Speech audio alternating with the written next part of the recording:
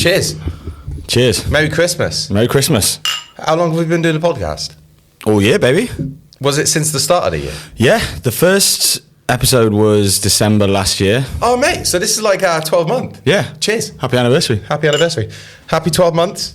Thank you for joining us on this journey. Thank you for listening. Interestingly, it is actually also my 5-year wedding anniversary today, so... Fuck off, really? 2 anniversaries to celebrate. Chin chin. I haven't even let you sit yet. Chin chin, sir. It was my 10-year anniversary this year. Hey! 10-year anniversary. And... Amazing. Because it was around July time, there's not even an excuse. We both forgot. Oh, damn. A couple of weeks ago, we were like walking and we're like, how long have we been together? Not marriage. This is just together. Dating, yeah. Dating. We're like, oh, it's 10 years this year. And we're like, oh, shit, did we do anything? And we're like, no. Yeah. Just gave each other a quick fist bump. We had that. It was the other day we were on the sofa and I realised the date. I was like, oh, it's the 23rd of November. Why is that a thing in my head? And I was like, oh yeah, it was our 13-year dating anniversary. And there you go. I also completely forgot. But you can't, it's hard to keep up. It's hard to keep up. Good year though. 2025, baby. It's been a year. It's been a year. It's been a busy year. It's been a good year. I think everyone says as you get older, like years go faster. I disagree. Oh, really? You think it's been a slow one? I think not that it's been slow. Yeah. But I'm like, I wanna try and convince myself that that's not a thing. Yeah. Okay. Nice. No, that's not the case. Yeah. We still manage to do a lot of different stuff, and I think it really helps having a podcast like this, so you can think over what you've done. Exactly. And you can go, we've done this. Yeah. So I reckon this episode is a good time to kind of maybe speak upon what we've actually done music-wise. Definitely. So I will let you do that. I've done shit all. That's not true. I learned a new chord. Which chord is it? I don't know. I call it the D'Angelo funky chord. Oh, nice. So it's a nice one, yeah. I think so. Yeah. I know where the fingers go, and I can move it because it's guitar. You just move it up and down the fret. Right. What are you proud of this year, sir? I think the podcast for one. Boom, baby. There we go. That's another cheers. We're having beers, by the way, for those who can't see, beers. for the first time on the pod. Corona has actually sponsored us. Yeah, thanks, guys. Thanks for the free beers. You're just drinking straight whiskey out of the cup. Yeah, someone paid money for them. Yeah, man, how's it been? I mean, I'm probably going to repeat myself a bit, but it's okay. I think my main, obviously, change this year that's resulted in a lot of, I would say, growth and learning is the manager situation. Yes. So that has been big. Yeah, parting ways with a manager, 5 years in when he's been there the whole time, and it is like my full-time job was very kind of scary and daunting at first, but then I feel like I've just kind of taken it month by month, and I planned the mixtape and a gig around that in June, and then we had the Japan trip in June as well. I was going to say, and you did like a little tour thing, and you had to book all those in without an agent, which that's is it. Oh, mate, yeah, it's hard in itself. Definitely, man. So I think the sort of the specific things of like going to Japan and doing the UK tour, putting out a mixtape and an EP I'm really proud of as well, because I wanted to put out a bunch of music. So those kind of specific things have been really nice. But just broadly, I feel like over the year it's been like a really good year for myself, just in terms of just getting a handle on more things and having more of an understanding of I guess the business side of things a little bit. And I'm not opposed to someone coming in and fulfilling that role for sure, because I think there's a lot of benefits obviously to having a manager. My main one would be like connections, and also just like the fact that you can have someone like a soundboard. Yeah, a soundboard, but also you can have someone like fight in your corner whilst you're doing something else. Do you know what I mean? True. Which I'm missing that a little bit. Focus on music without doing the admin side. Yeah, exactly. Yeah. Or I could be making tunes, and my manager could be like emailing to try and sort out some more sessions or gigs or whatever, or that sort of thing. So I would like to get back to that at some point, but at the same time as well, it's like the longer it goes on, the more I'm like, I'm actually all right with self-managing. So that in itself has been quite a nice kind of realization. It's great, man. Yeah, it's been a good year. Up to 26, baby. Yeah, let's go. I'm excited. 26. Debut album year, I think. I'm very excited to release music. Yeah, 2026? Come on. 2026 easy. Because there's been a lot of chat this year about Easy. it. Yeah. And that's why we made this podcast. You know what I mean? Let's hold each other accountable. Exactly, You're brother. right, there has been chat. Yeah. Yeah, there has been chat, and nothing's so 2026, baby. Yeah. What are we thinking? EP, singles? So I just want to release like loads of different singles. Yep. I just want to experiment with sound. Yeah. I just want to experiment with what I want to release and how it's done, and just have fun with it, and not worry about how many plays I'm getting or what playlists I can get on. Just have fun with it and release music for the fun of releasing music, like Beautiful. I used to do. Not have to write music for anyone's opinion. Yes. Write music for me. Write music that I want to listen to. Yeah. And have fun with it, man. I think a big kind of focus for me right now is the production and mixing. It used to be a lot about the song. Yeah. And like what, the song meant, and when it leads up to a chorus and having that crescendo and kind of thing. And I think a lot of the music that I'm listening to right now doesn't really need to have that. It kind of less dynamic. Less dynamic. But production and mixing wise, it just sounds great, and there's a little bit of roughness there. So I'm excited just to have a little play with it. Where are you at in terms of like producing and mixing for yourself? Do you feel confident that you could? Are you wanting to / have you produced and mixed something that's gone out? I've produced stuff that I've released previously, especially my most like recent stuff. I've mixed it always with the same guy, Jonas, which like he's just phenomenal. I mentioned him loads on his podcast. Yeah, we should get him on next year. Mate, I love him to pieces. He's a phenomenal producer and mixer, and just me and him really, really click, which is great. So I'd always want him to mix and produce with me, regardless of kind of like the role that is. Because he knows me, I know him, and it just works. But I think production wise, like definitely more with live, like instruments. Nice. With a band. Yeah. Kind of seeing how that translates, how that feels. Wicked. But instead of talking about it, I'm just going to fucking do it. Yeah. I'm going to do it. 2026, the year of talk is over. It's the year of doing shit. Yeah, of doing that shit. Realistically, I should probably come on with the podcast with like ideas that I've done. Yeah, that'd be cool. I think I'm sure the fans would love to hear that. Maybe they wouldn't. Maybe they're fans commenting right now. is wrong word. Listeners. Don't know if we've got Am I Famous Yet podcast fans yet. If we're famous. Hey, I'll tell you what though. One of my mates from home sent me his Spotify Wrapped. There's got a podcast section. Yeah. We were in the top 5. Mate, so, my missus as well. Big up Preedy. Yeah. Yeah, we're in a Spotify Wrapped. Yeah. Yes, Spotify let's go. Rap. Yeah. Mate, there was someone from work that came up to me like the other day, and she was like, "Oh yeah, you're like artist. Yeah, you're one of my top songs."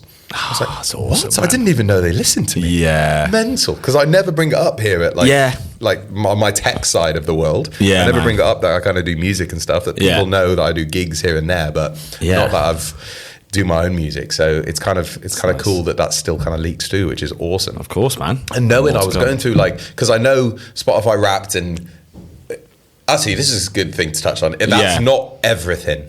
Nah. It's not. Nah. And let's be honest, we all kind of hate Spotify. We all listen to Spotify. Of course, we all use Spotify. But for artists, it's not the way forward. Like I was looking at how do I make like $4,000 a month from music. And Spotify alone, I have to get like 14 million streams or something. Yeah. Like that is mental. Yeah, it's crazy amount, yeah. It's mental. It is. Yeah. Yeah, so I've got to say, I think this year is the most Spotify rap posts I've seen that are calling Spotify out. Yeah, me too. Or people are actively not posting their rap because they're like, Spotify sucks, use something else. Yeah. Or they've done a version that looks like Wrapped, but it's actually, something how else. Bad they are or something like, nice. those ones. I've seen those, So there's, I've seen, I think more so than any other year, I have seen that. But do you know what? It's a weird one for me because I am a bit hesitant to like completely slag off Spotify. Not because like I'm worried that they're listening, but more so because I totally agree that we should be paid more per stream, and it is quite. It's really hard to make it an amount that is sustainable, but it is also doable. Yeah, and I have managed to get to the point where not just Spotify, YouTube, Apple Music, all of them has kind of, I think probably said this when we first started chatting, but that is kind of my monthly wage is streaming. Yeah. Which kind of covers the mortgage. So it is out that's there. From It like is doable. everything. Yeah. That's all my back catalogue, which is like 200 odd songs now. from the last few years, and you get paid from Absolute, which is the label services. They pay monthly from everything from YouTube, Apple Music, Spotify. It is doable. You're right. It is doable, but doable. I'm not also saying here, sitting here saying Spotify's perfect, and there's a lot of talk about them using AI now and all this kind of stuff, and I definitely think the pay should be better, but it's achievable, and I think that in itself is quite cool, because when we first started making music like 10 odd years ago, you're right, you couldn't really be an independent artist. You're right. That's really good to look at it from the other side, because you're right. Like 10 years ago when we started, it was like you post up to YouTube or Facebook. SoundCloud, bro. SoundCloud. You know what I mean? And there was no streaming stuff from there. Yeah. And now we have this platform that we can push out, and everyone has it, and they can just press play. Yeah. And they don't need to purchase it. Yeah. Yeah. They don't need to like purchase it. They Exactly. just press play, and then that play comes into your bank account. That's even it. if it's small, Tiny amount, but even if it's a tiny amount, you're right. That infrastructure is there. Yeah, and again, the translation from like listeners to like real fans there's definitely a massive gap there. But at the same time, when I've been to shows, I'm always intrigued. I always ask people how they came across my stuff. And 9 times out of 10, they're like, I was just listening to Spotify. It just came on. Or like a radio or something. Yeah, exactly. It'd be radio or Discovery or something like that. So it wasn't like, through social media. Or really. Yeah. Or like really word of mouth like it used to be. Yeah, exactly. Yeah, I know what you mean. Yeah, pros and cons. How many shows do you reckon you've done this year? Because as much as you said you've not done music, you're a gigging man. You're doing. Oh, mate, I can actually tell you. I'd love to know, because you've done a lot of music this year, but just in a different capacity. I can tell you how many shows I've done, because I actually had this recorded the other day, and someone asked me the same question. There you go. It'll only take me 20 seconds if it loads. I'm gonna guess while you do that. Okay, go on. I think. Maybe like, it's hard. It's pretty. Well, I'd say you seem to gig every weekend. I know you had a bit of a break, but that's at least 50. I feel like a lot of times you do a couple of gigs sometimes. I'm going to go like 60, 50, 60. 95 shows I've played this year. Are you going to do 5 before the end of the year? Because that'd be cool. 2 coming up. Yeah. Oh yeah, it would be great to get to 100. Going to finish on 97. You should just do 2 coming up. I've got 1. No, I got 3 this weekend. Oh right. And then I've got 1 New Year's Eve. Oh, I need to get 1 more. 99. No, surely I've missed one from my database. Bring your guitar into the office one day. Oh mate, so true. Sell tickets for like 5p or something. I reckon it's 100. I reckon I've got to 100. Yeah, you might have missed one out. I've missed one out that I did. There you go. So Definitely like the missed one summer out. party that I played. Yeah, that's not on there. That's not on there. Mate, 100 in a year. That's cool. 100. I'm happy. Do you want to know how many like I've done? I think I've done. Hold on, let's see if I can easily bring this up. Come on, be good. No, it's not going to let me. I think I've done around 600 shows since like 2013 or something. Wow, how have you kept track of that? Because every invoice I've sent, I've got the invoices from previous years. Yeah. And what I did recently is I've moved like my interface onto like Airtable. So like each show, I create a show, and then it shows me like a dashboard for the shows that I've got booked up or the ones that I've played this month. When a show completes, it asks me if it's done, and then it creates an invoice, and then it sends the invoice off. So I don't need to do any of that. Oh my days. What's this called? Airtable, you said? Airtable. So I use like other automation. This is my job. Is that an app? This is my job. Yeah. It's like a relational database. That's mad. Yeah, that's cool though. You've been able to sort of link in the kind of day job, so to speak, with music. Yeah, it's great, man. But so that's how I know. That's so amazing. I uploaded all of my invoices, and then I used AI to create shows from those invoices. So then I have a track of all the shows that I've played over the last like 5 years. That's class. Yeah, man, I played a lot. Yeah, but like you can go into the of statistics of like the amount of times that I played a venue. Oh yeah. Oh You're yeah. like, no way I've played. I think I played a venue. I won't call them out, like 300 times. Yeah. And it's just like, what? Is it in East London? Perchance? Yeah. I was going to say you must have done that one a few times. 300, you know. Mental. Yeah. But yeah, man. Good on you, mate. 100 gigs. Let's cheers to that as well. Hey, come on. Pleasure. 100 gigs this cheers. year. Yeah, shit. That's a lot of no diggity. That's a lot of American boy. It is. What a tune, though. How many shows have you done? How many countries have you played in this year? 2. That's still England and Japan. Yeah, I'd love to. decent. I had this band sort of get together yesterday, which was really nice. We had a gig on Tuesday, and then like a social thing yesterday. We just went to play darts and had beers and stuff. It was so nice. And I don't really do stuff with just the lads that much anymore. So that was really fun. And we were kind of talking about a lot of stuff, like shows, and inevitably start talking about work and not work, but music. Of course. And we were getting really excited about the prospect of maybe going to like Europe because next year or whenever, because it just feels like a bit. I'm amazed and I'm really grateful that I have this fan base in Japan, but it just seems a bit nuts that like the places I can sell tickets at the moment really are like London and Tokyo, and there's no in between. Like there must be some people who like are into this kind of stuff closer than Japan. Do you know what I mean? But not in England. So I'm gonna look into that next year. Like Amsterdam's always been one of my top cities on Spotify. You know, you can see. Man. Yeah, even just to do one there would be cool. Yeah. But because you haven't got the agent system now as well, you can get a venue to pay the fee, sell the tickets, and then that'll cover you to go over there anyway. Yeah, that's it. Might not make any money in the pocket, but it's still that's it, mate. I said to the lads, I was like, if it's £0 at the end of it, you know, I'll be more than happy. Do you know what I mean? Break it even. Man. 2026, baby. It's going to be big. Should we have We've got a guest on today, haven't we? We bloody well do. Yeah. I've been excited for this guest. Yeah, he's going to be great, I think. He's really... I mean, we can say who it is, isn't it? But maybe not. Okay, no, we can. He's great. Independent artist. What I love about this guest, TBC, is he's really open with how he kind of makes his money and lives his life on social media and stuff. I don't know if you've seen much, but I've always loved his socials. They're always on point. And obviously that's a lot of what we talk about, right? It's like the reality of actually being a musician and like having to make money. And he's been really open about that the whole time. So I think that's going to be really interesting. Man. And his music's sick. He's a funky man. Yeah. He's a groovy man. He is. He's a groovy man. He is indeed. Well, would you like to introduce? Let's go. I was trying to think of someone funny to say that. Who it wasn't, but I couldn't think of anything. It's Alfie Neale. Will Smith would have been good. Yeah. Is he here? He's round the corner, I think. Oh, sick. Happy days. Yeah. Should we get him in? Yeah, let's do it. Let's go, Alfie boy. How are you doing, mate? How's your... we've just done a little very quick sort of year recap overview. How's your 2025 been, brother? My 2025's been great. Yeah. Firstly, congratulations. Hey, thank you very much. How are you doing since the last podcast? I'm so fucking tired, man. I'm so tired. He is the cutest baby in the whole world. And you know when you're just like, because he's my baby, maybe I'm wrong?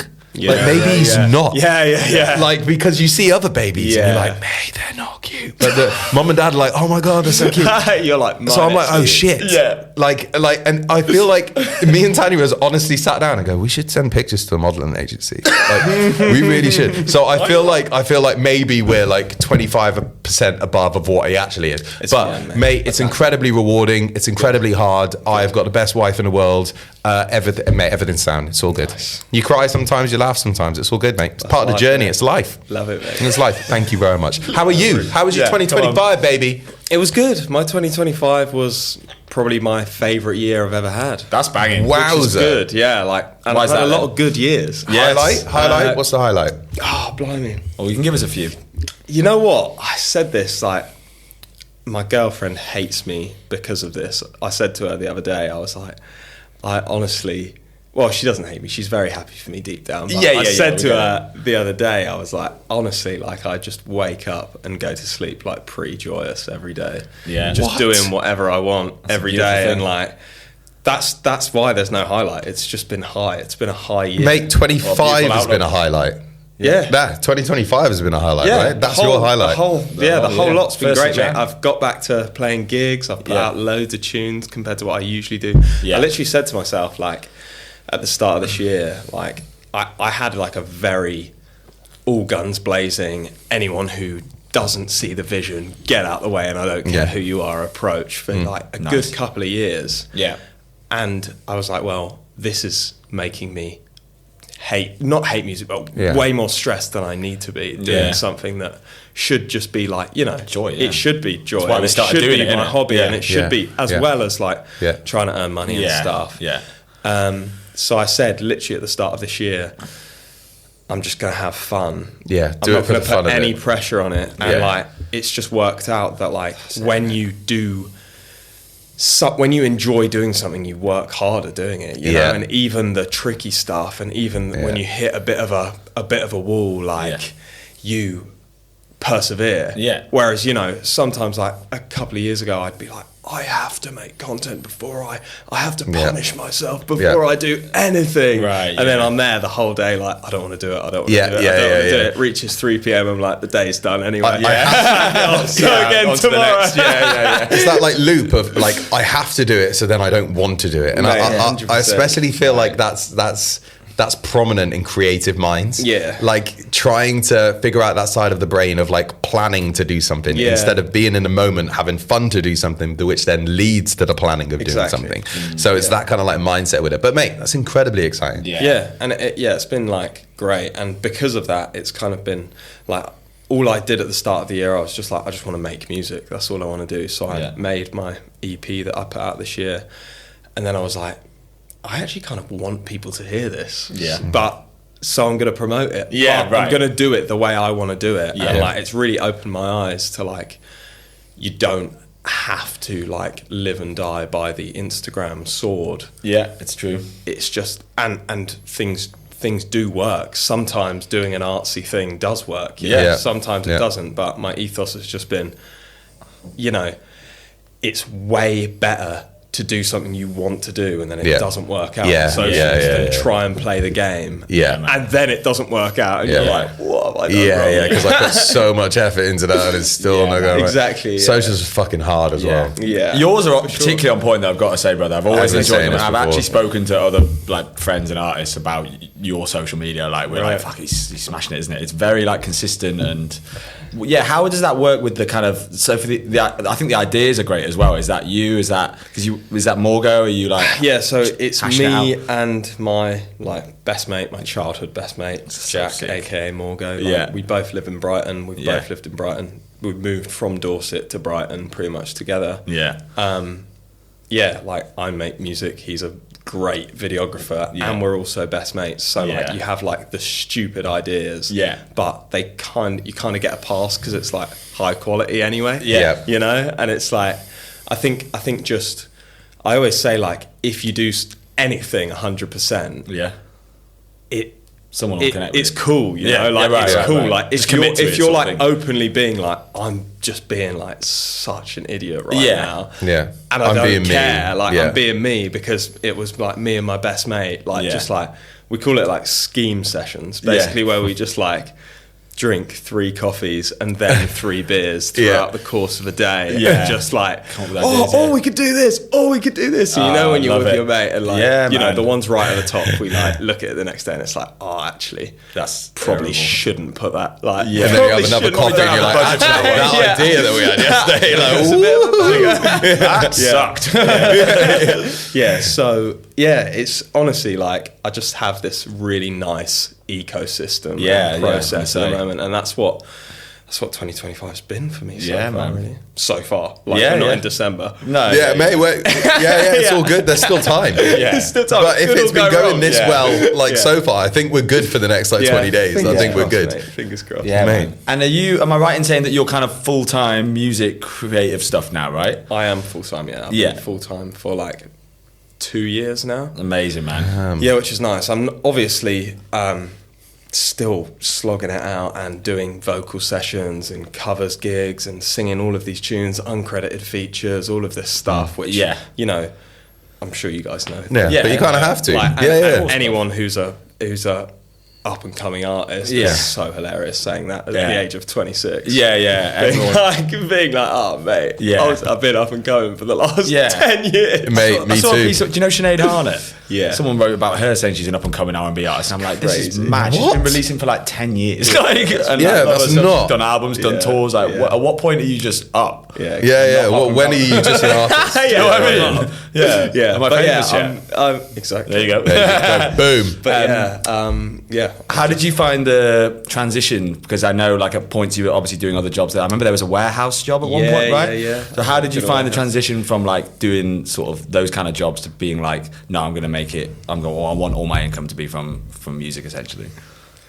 Hard. I was so skint for like 2 years, like very skint, because I went from earning like a pretty decent wage, Yeah. working a 9 to 5, to not to not. Yeah. And it didn't exist, you know. Yeah. And especially like January, February, like I end every single December like I'm up. Yeah. I'm not up and coming anymore. Like Yeah. I'm rich. Yeah. This is great. And then December, and then January and February comes, and by March I'm like, please. So it was really, really hard. But again, just kind of like, I think that was the seed for the do what you enjoy, because like it really, you had to. Yeah, like I worked there. I finished uni in COVID. I worked there for 2.5 years. It was great. Like the warehouse company was owned by is owned by my agent's brother. So he loved music. He would let me have any days off to go to the studio, as long as I kind of caught up on the work. Like it was like the cushiest job ever. And still, I was like, I need to be doing music more, you know. And I would just, I don't know, like I just have this tendency to just work as little as possible, allow for as much time to do music as I can, because it's just like so fulfilling. You know? Man. But when was that switch then? Was it like progression of like, cool, I'll take a couple of days off, then more days off, or was it just like, no, I just need to quit and just go like balls in? Well, it was at the end of, I think, the second summer after the lockdowns finished, because I wanted to be, for my kind of earning job, my bread and butter, just a function musician and playing weddings and all of this stuff and events. And obviously during COVID, everything was cancelled. So there was this huge backlog, so many people pushed their events back another year, because they were like, we're just going to go into another lockdown, whatever. It's true. So it just ended up being like, I would work on a Monday, work on a Tuesday, play a gig on a Tuesday evening, get up at 7 to work on a Wednesday, play a gig on a Thursday, and like I just went through this summer, and I was just like an absolute zombie by the end of it. Shattered, mate. But I was also like up, and I was like, all right, I've got a bit of a buffer, nice, and as soon as I kind of like said it to my boss, he was like, mate, obviously, like, go for it. You can come back whenever you want. Nice, man. To have that support. Like, because when I was at Apple as well, I said it a couple of times on the podcast, is having that support of me going, hey, look, I got a gig tonight. Can I swap? Like, of course. We want to support everything that you're doing outside, especially if you're creative and you want to live your dream and stuff. So to have that support, and I feel like we're very lucky because a lot of people don't have that. And I was listening, I forgot what artist it was, but it was artist that was working 9 till 5, and then straight from the like finishing at 5, straight to the studio, grafting, having 4 hours sleep, then doing it again. And like, you know, sometimes people don't have that support to still push them in the right direction to do what they love.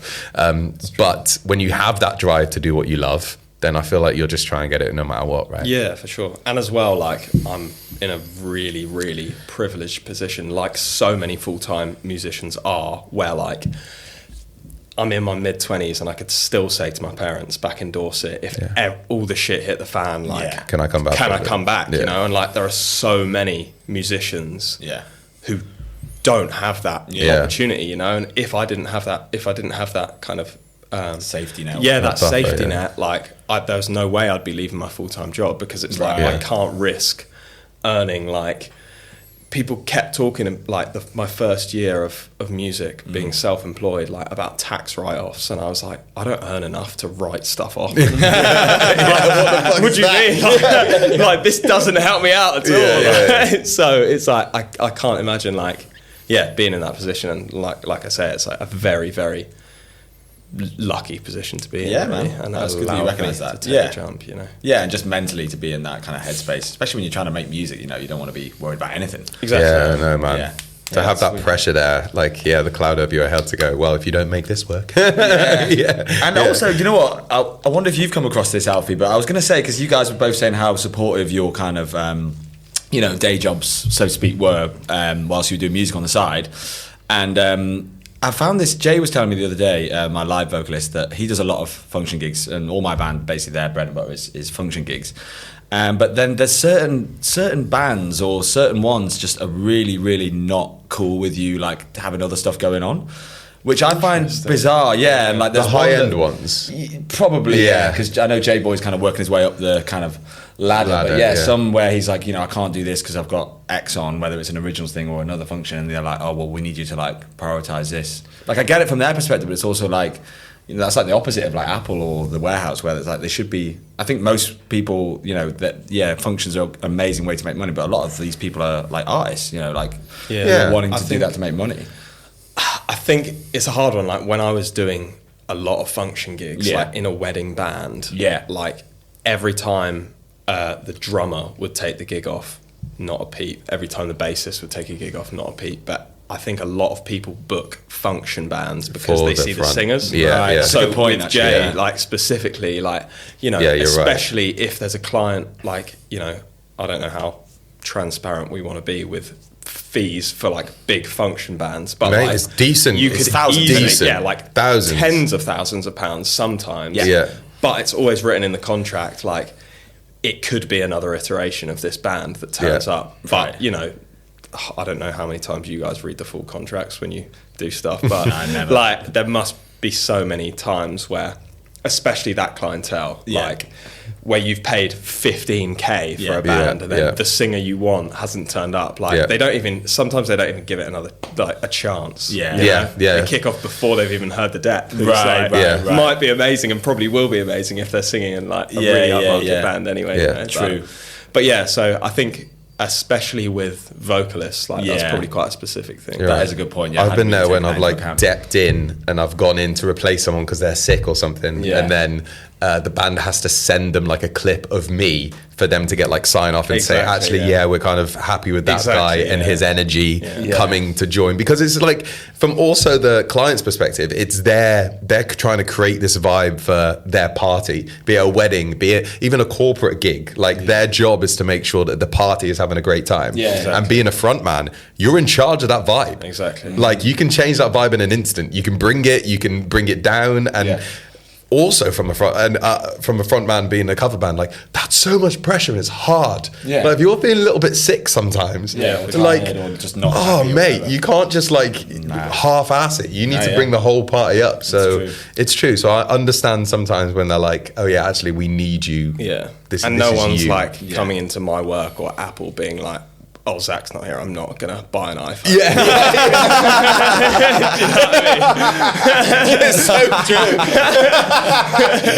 They don't just they're like, who was that guy? I don't care. I don't care. Just fix my phone, please. You're so right. I just want the Wi-Fi working. Imagine if there was an Edbler gig and then like it was just like me on guitar. Where is he? I do remember once getting asked if I wanted to do this like jazz caf gig. It was like maybe I won't say it. I'm not going to say anything negative about it anyway. It was like a global soul thing. Nice. So which I believe is like a promotion. I'm actually not sure what it is, but it's like a music thing. And they just did this night where they were having a bunch of UK soul acts, right, with the different things. But they had like a house band, guitarist, bass and drums. So I was kind of like, well, I can't really sing the set because I have a live singer, as you know, if you've performed with us as that live singer.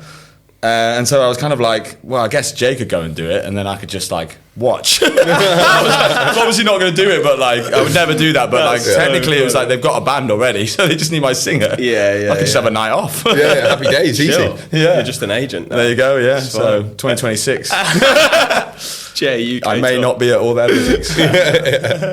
Okay, so still doing like cover gigs and stuff. Yeah, like, I do loads of stuff. I literally do anything. Like I will do uncredited features. There's so many tunes about with my voice on. Like it's got to be kind of fun. Writing. Yeah, it is. To be honest, like I way enjoy doing any music. I always like as you said, all of my jobs. So I do studio vocals, covers gigs, originals gigs. Sometimes play for other people. Studio stuff, like anything I can do, and it all.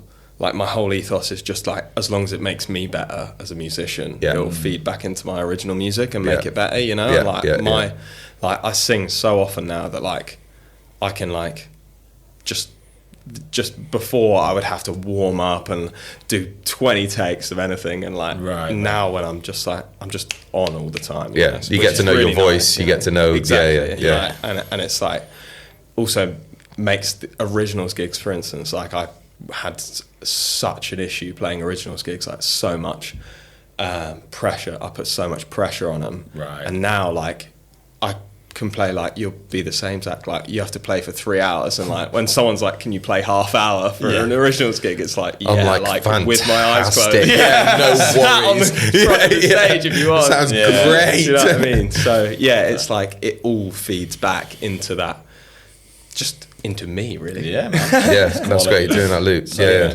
And where are you at with the, because I remember at one point we did a session and you were really, I can't remember what it was called, but it was like a 50-day thing where you were drinking like 2 litres of water and exercising twice a day and reading a book. Yeah. So it's called 75 Hard. That's it. It's like, can I swear on this? Yeah. Oh, mate. This guy's always effing it. It's like, it is like the wankiest thing. It's like 75 days. Yeah. You work out twice a day, drink a gallon of water, stick to a diet, read 10 pages of a book. One of the workouts has to be outside. And I did that, and like it was great. Yeah. And it, to be honest, like I really do find like doing things like that, they do kind of like come like back into your head when you're like, even if you're doing something creative, it's like, actually, like I really did get off my ass and persevere when like I had to, when it was, I know my tipping limits down now, with rain, so I can sit here and like graft this out a bit. But like I was such, like for years I was like such a self-help junkie, but like just reading and like not actually implementing any of the stuff, you know. So it's just like, what's the point of that? But now it's quite nice because like got a bit of I think especially when you're a little older, like you just have like I have a bit more of a head on my shoulders, you know. So it was definitely worth doing. But I'm still like, I just swing back and forth. Like there's no such thing as balance. So I just like, at the moment, I literally just did like a 12-week program with my mate who's a PT. Bro, I saw that. Those pics were amazing. Is he ripped? Lad, is he ripped now? Mate, you looked ripped. I can even see it from your chin, mate. The last time I saw you, I've been looking at you go, fuck me, he's good looking. Like, good God, you're ripped. He's ripped.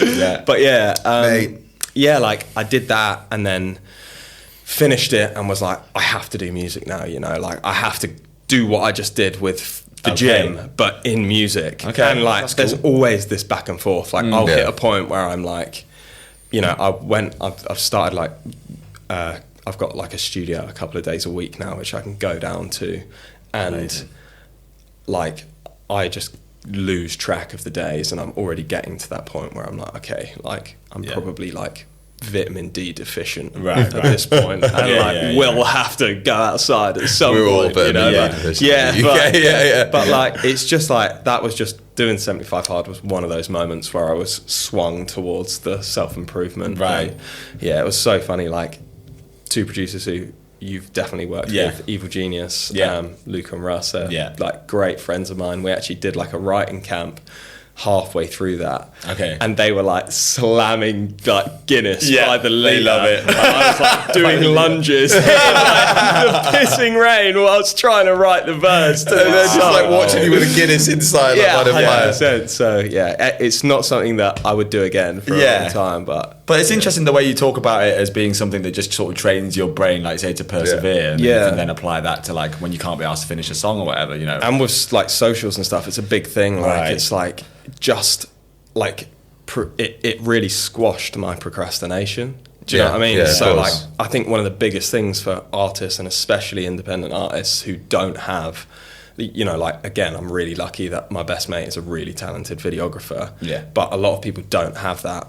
Like, and it's a lot of effort. But where people spend the most time is procrastinating and worrying about doing it. You know, and like when you get into the habit of just being like, oh, I've got to do it. Bang, I'm going to do it. I don't even care if it's shit. I'm just going to do it. You know, and incrementally, like you get quicker, the procrastination gets less.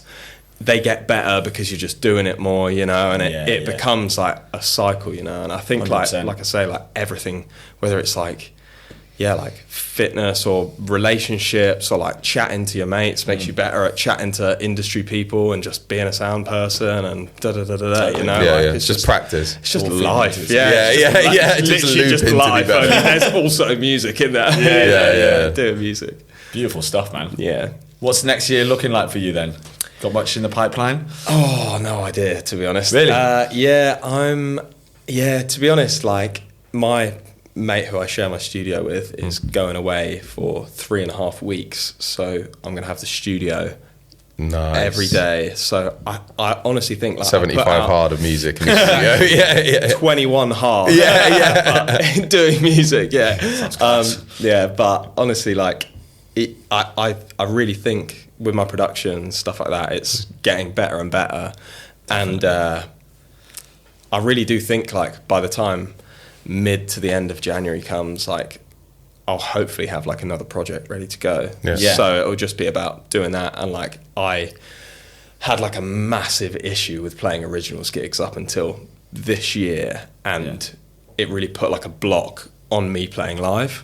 And now I'm kind of like dealt with it, or dealing with it. Like I'm definitely just going to try and get out there as much as I can, because like my live show as well is like, not to toot my own horn, but like it's sick. Like, it's really good. Like it's like and I think that's back in the day when I had like zero inhibitions and I was just like this young guy who just had 3 beers and then was like, wow, like, I'm getting closer to that again. And that was when I won over the most people. And you know, on live shows especially, like you really can make people like fall in love with your music, whereas like with socials and even the music itself, like it's a harder sell. More of a graft, Do you know what I mean? Yeah, so live shows you get to connect in person, you get to look people in the eye, you get to say, this is me. Exactly. People like, can hear the honesty. People like a hug and like chat to them, you know, and be like, I'm actually just like, we're on a level, you know. I really want to, just want to get back. I just want to get on stage and like,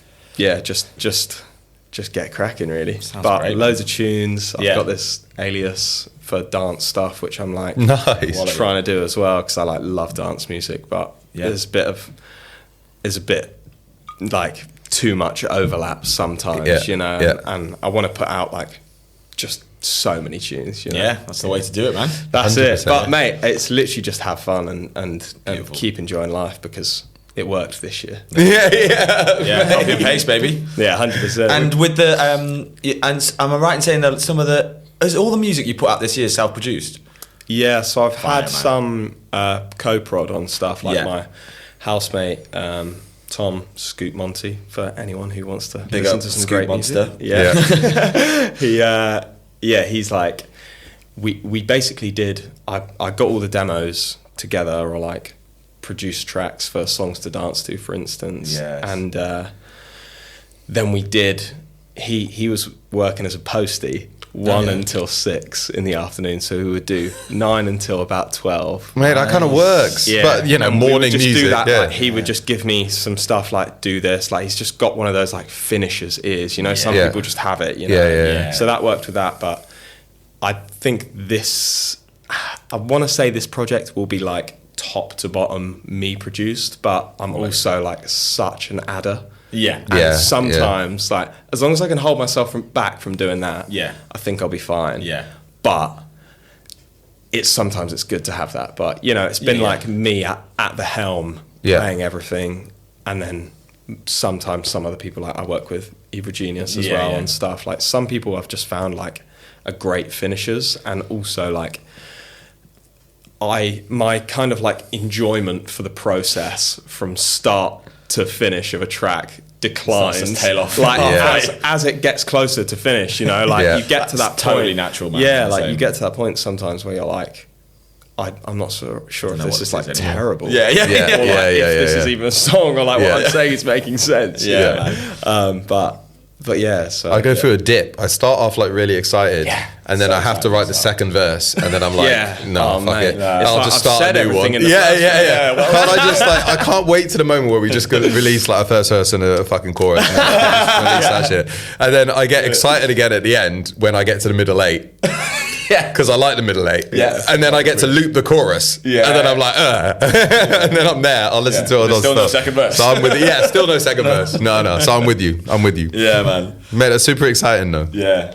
Was that like a conscious decision, the production thing? Because obviously we've done a few sessions where you've come over and just, it's very much just been like, you know, the kind of traditional, not traditional, but you just have the song and say, oh, can you produce it? Whereas now it feels like you're that guy. Yeah, to be honest, like, I really got, I didn't get tired of it, but I call it like the pop star treadmill. So like I've had a few managers, and then you get a manager and they go in with this guy, go in with this guy, go in with this guy, go in with this guy, and you meet them and you're like, hello, like I'm gonna just like try and pour my heart out, but maybe we'll end up, you know, like as producers, as well as artists, like I would just say I'm an artist. Like I've never produced for anyone else or anything like that, but obviously you guys have, and I think I don't know what your opinion on it is, but you make peace with the fact that some songs aren't going to be as good as others, you know? Whereas like when I was on the pop star treadmill, I just couldn't make peace with that, and I was just like, I can make a song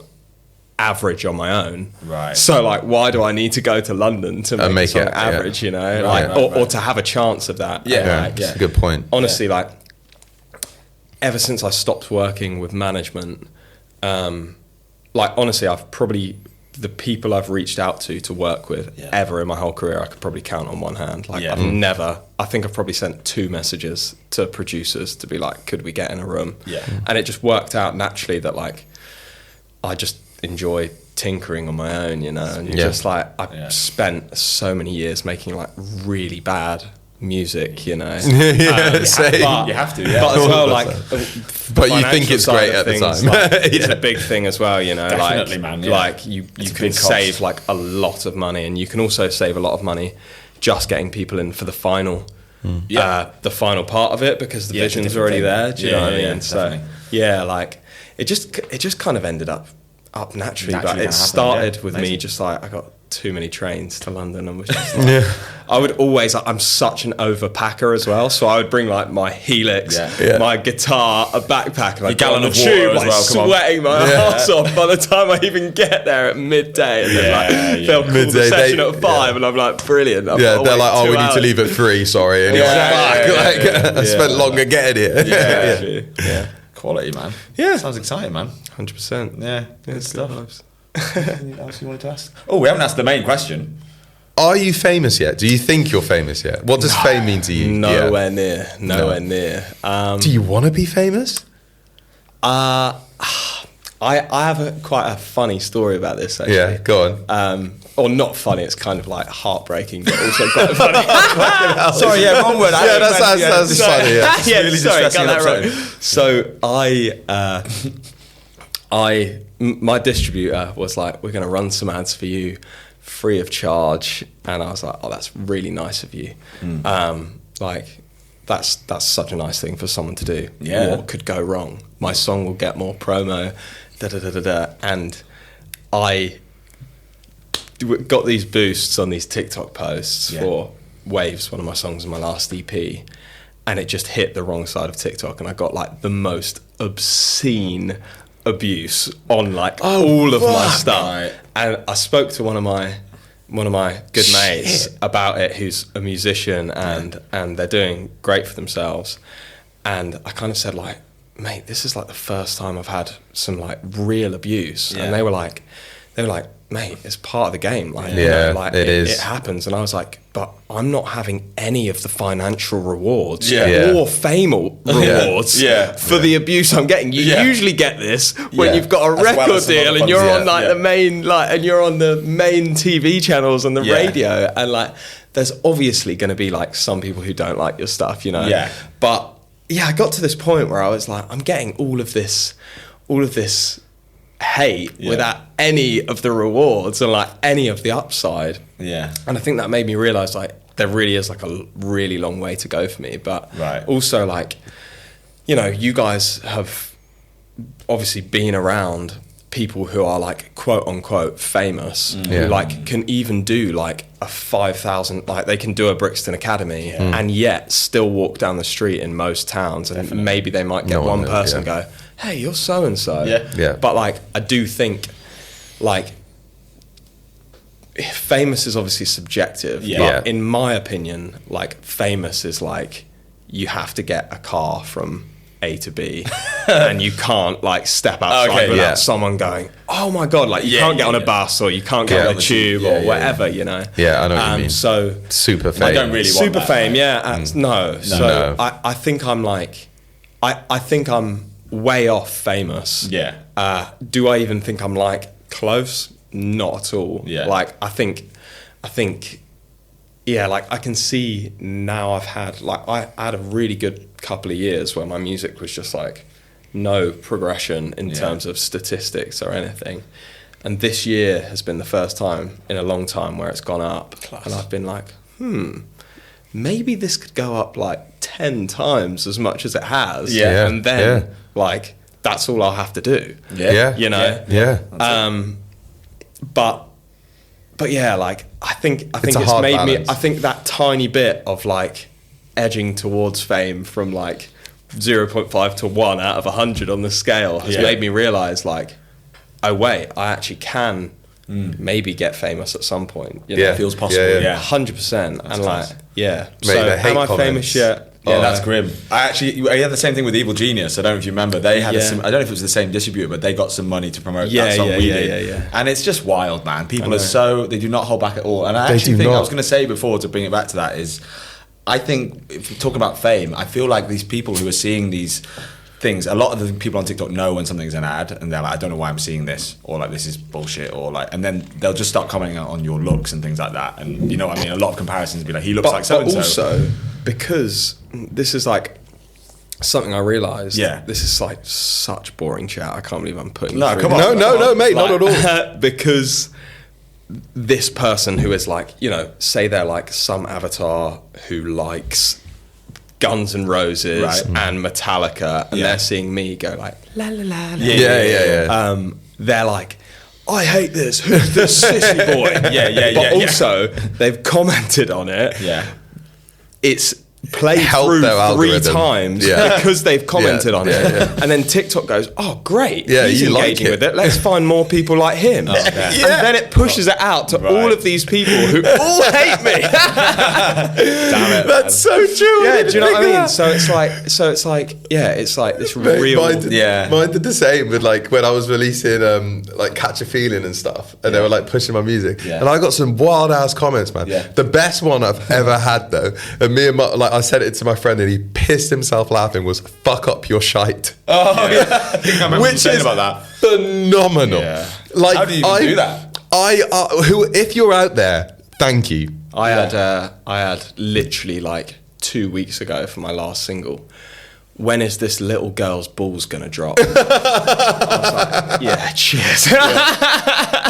What I like about you though is you'll screenshot these things and you'll put them on your story. Oh yeah, I love this one. You'll make it into a thing. Mate, 100%. That's what. 100%. You have to, right? Yeah, you have to. And I just like as well. Like this is like a crazy thing, but like when people comment that, like, all right, they see me on stage, and I'm also like, you do realise like I'm also a fully grown man. Like, if you said this to me like face to face, like you just definitely wouldn't. No, exactly. You know what I mean? Like, it's crazy. Like I think people don't realise. People think there's a line there. I had it Yeah. recently where I was playing like a cover gig, and like it wasn't, we weren't the right booking for the venue basically. And these guys were like, there was like 7 or 8 of them, and they were pissed off, man. They were like, shut fuck up. Like they were like, sweat, get the fuck off the stage, shit, like proper booing and shit. And I was like, good God, like these guys are really upset. Like, fuck you. So then I got off stage and I went to them and I was like, any feedback? Like, have you got like anything? Because you just told me to like fuck off the stage, and they don't have anything to say because they think there's like this line that like you're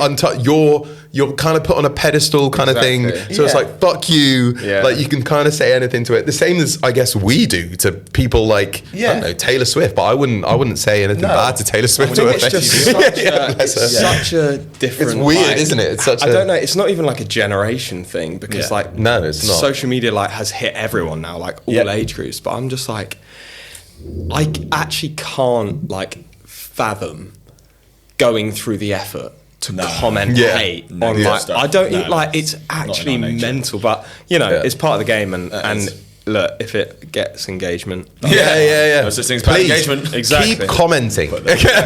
Keep commenting. But I also think to bring the podcast title back into things, so I'm always trying to do. It's like, I think that line you're talking about, or the reason why people think they're fine to do it, is because, especially if they know it's an ad, they're like, oh, this guy's famous. Like, he's not going to see this. He's not going to give a shit. I don't think they're necessarily trying to like hurt people's feelings. No, like, not he's at all. famous. I don't think I don't like this. I'm going to say that's fucking shit. Yeah. Like those guys at the gig, like, oh, this guy's like famous. Like, he's fucking shit. Yeah. And he's not going to say anything. And then like say you go over there and say, so what's up? And they're like, yeah, they were lovely. They were like, oh mate, we thought you were just going to do original stuff. And I was like, oh sorry, no, it's a cover gig. And they were like, oh okay, so they wanted to fair. hear Charmaine. Yeah. They wanted to hear like original rap stuff, and I was like, oh no, sorry, we're paying tipsy. Like, like that's not. But yeah, exactly that. Yeah. Like as you were saying, there's this line, and I don't think they mean anything by it. They're just pissed off with the world, I think, and they're just like they see this person that maybe is doing well for themselves, although it seems we're doing well for ourselves, but we're not. But blah blah, and then they try and spark out. But bringing it back, 2025 has been fucking phenomenal for you, and that's great, man. It's great because I haven't seen you in like a year or so as well. Yeah, it's been a while. See you like come from, I don't know, when we were all playing gigs at like random venues and stuff, and to see you producing music the way that you want to, and with a smile on your face, and it's just incredible, mate. So absolute pleasure to have you on the podcast. It's a pleasure to be here. I don't think I've said this. We should have people like back to see.